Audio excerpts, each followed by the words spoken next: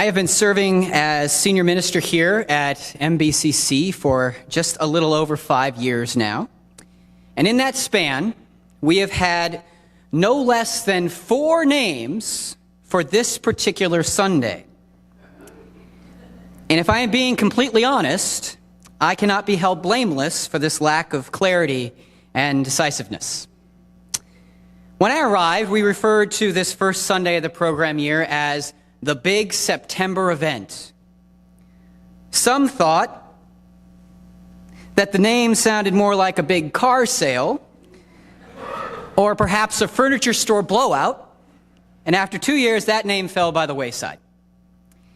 My third year, we adopted a more edgy moniker, Lollapalooza Sunday. Again, the naysayers pointed out that the name might make people believe there would be a music festival attached to the morning, and with all due respect to our wonderful choir, we were not sure we could deliver on that implicit promise, so away it went. Last year, we decided to go with a more purely descriptive name, My Church Family Picnic. Again, there was comment from the peanut gallery that this name, while absolutely appropriate for the post-worship activities, failed to capture the fullness of the event. That is, unless we are going to employ stadium hawkers to pass out hot dogs and hamburgers out here in the sanctuary, which is not a bad idea, perhaps, if the sermon just keeps going and going. Which brings us to this year.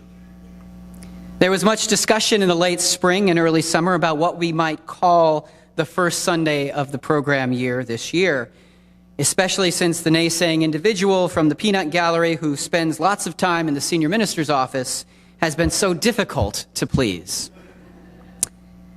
The idea of returning to the name Homecoming Sunday, a title from the glorious past of MBCC, was floated, and there was widespread, albeit not unanimous, support. I mean, this is MBCC after all. So here we are, gathered on Homecoming Sunday here at MBCC to celebrate the start of the new program year. As I embrace this new old moniker, I find myself asking the question, what does it mean to come home? The renowned preacher and biblical scholar, the Reverend Dr. Fred Craddock, when delivering his final sermon at the chapel at Candler School of Theology, stood and began to describe in minute detail the car trip from his place of employment, the metropolitan Atlanta campus of Candler, which is part of Emory University, to his home in rural Blue Ridge, Georgia, nestled in the Smoky Mountains. He described the busy multi-lane highways leading out of Atlanta, filled with cars and trucks. He described the roads that lead into the foothills of the Smoky Mountains as one leaves behind the bustling big city, making their way into the quieter surroundings of the country.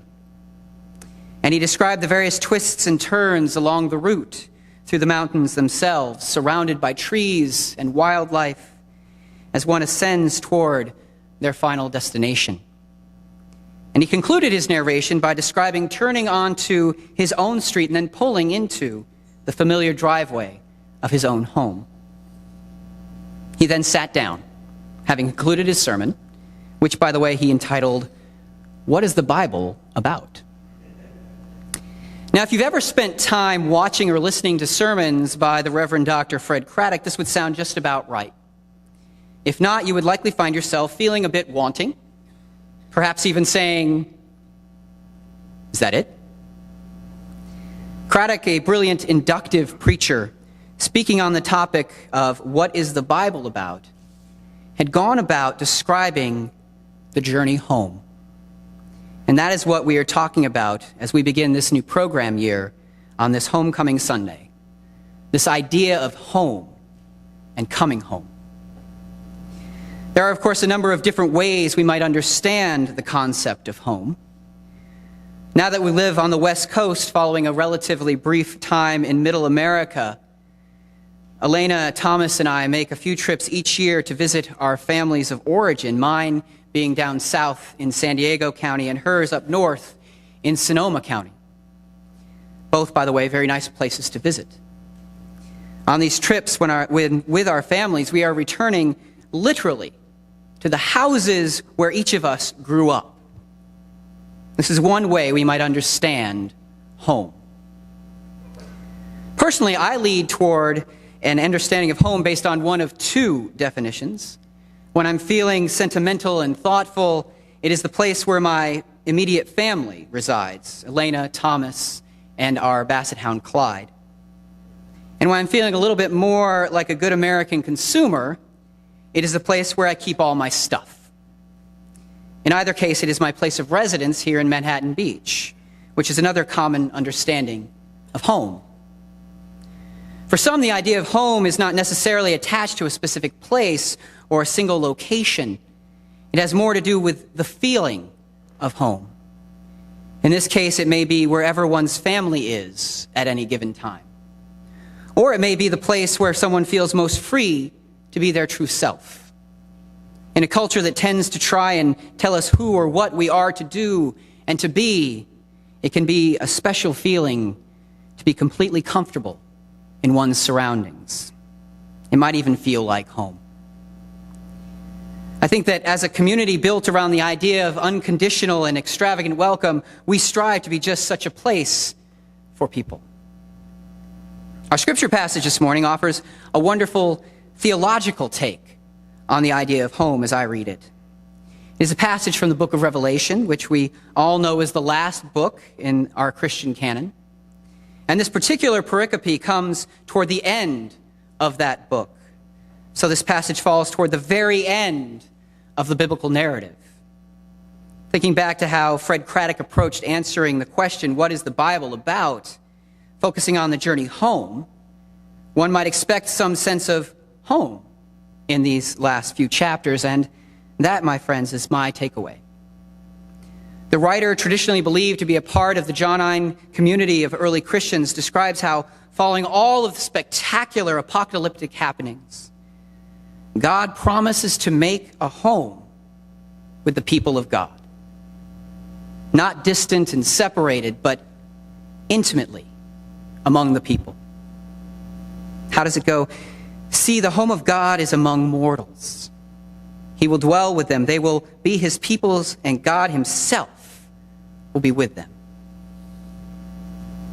It's not that great a stretch, then, to extrapolate from this idea that our theological home as people of God is with God.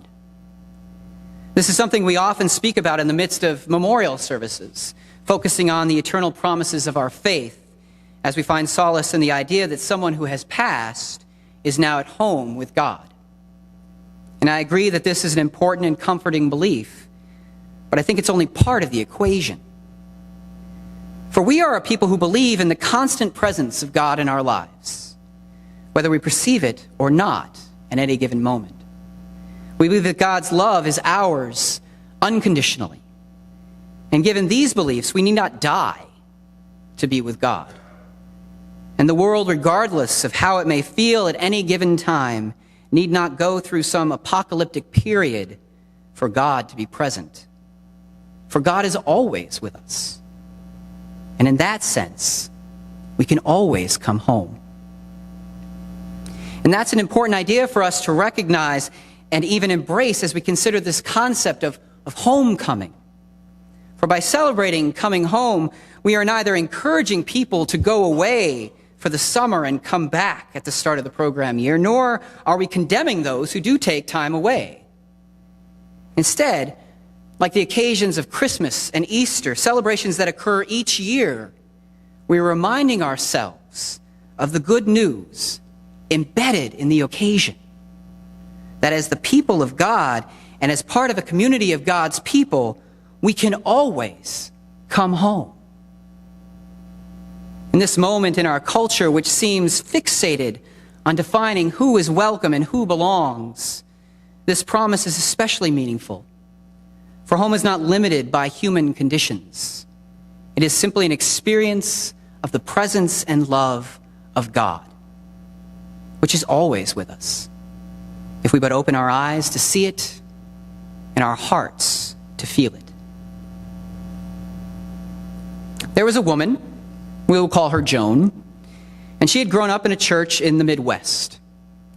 After high school, she attended college in a different city from where she had grown up, but she returned to that same town after graduating from college and earning her teaching credential, and she was hired to teach at the elementary level at one of the local schools. At that point, she came back to the church where she had been baptized and confirmed, and where her parents still attended regularly. Everything was exactly as she remembered it. The minister was the same, although a little older. The order of worship was the same. Her parents' friends were still there as well, and in fact, they sat in exactly the same pews. It immediately felt like home. Several years later, Joan met someone and got married, and she and her partner settled in a different state, where they started a family. And then quite a few years later, when their children had grown up and she and her spouse had retired, they decided to move back to Joan's hometown. On the first Sunday back in town, Joan and her partner headed over to her childhood church. When they got there, she noticed that it did not look exactly the same. There was some newer technology in the sanctuary, and the pews had been reupholstered in a different color.